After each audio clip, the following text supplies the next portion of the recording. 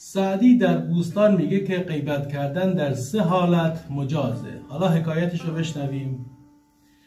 3 کس را شنیدم که غیبت رواست، وزین در گذشتی 4م خطاست.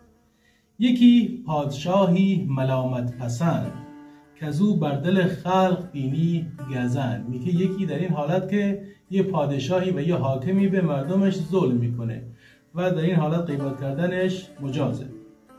حلالت از او نقل کردن خبر، مگر خلق باشند از او برحذر. دوم پرده بر بی‌حیایی متن، که خود می‌درد پرده خیشتن. میگه دومی حالت زمانیه که یه آدمی که خودش بی‌آبروه و خودش پرده دری میکنه. میگه غیبت در این حالت هم مجازه. ز حوضش مدار ای برادر نگاه، که او خود می‌درافتد به گردن به چاه. سوم کج ترازوی ناراست خوی، ز فعل بدش هرچه دانی بگوی. میگه سومین حالت زمانی که یه آدمی که گران فروشی میکنه و طبق نظر سعدی غیبت کردن در این 3 حالت مجازه. یکی حاکم ظالم، یکی آدمی که خودش پرده دری میکنه و بی‌آبرویی میکنه و یکی هم آدم گران فروش.